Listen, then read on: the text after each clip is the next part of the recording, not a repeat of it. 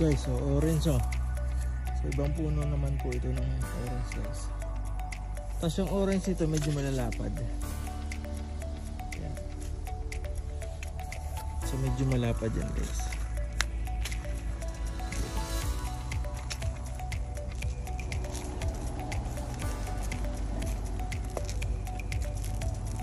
Yan guys, diba? So na nga guys, ayan, tikman ulit natin. So ibang uri ng orange to guys ha. Hindi siya ganong katamisan pa.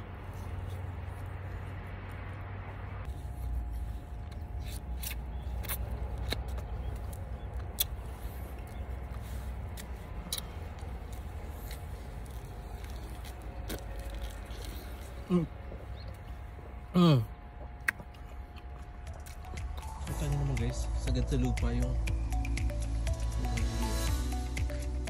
may tatlong puno to guys dito sa malapit sa tindahan namin. Tapos dito mayroong grapes.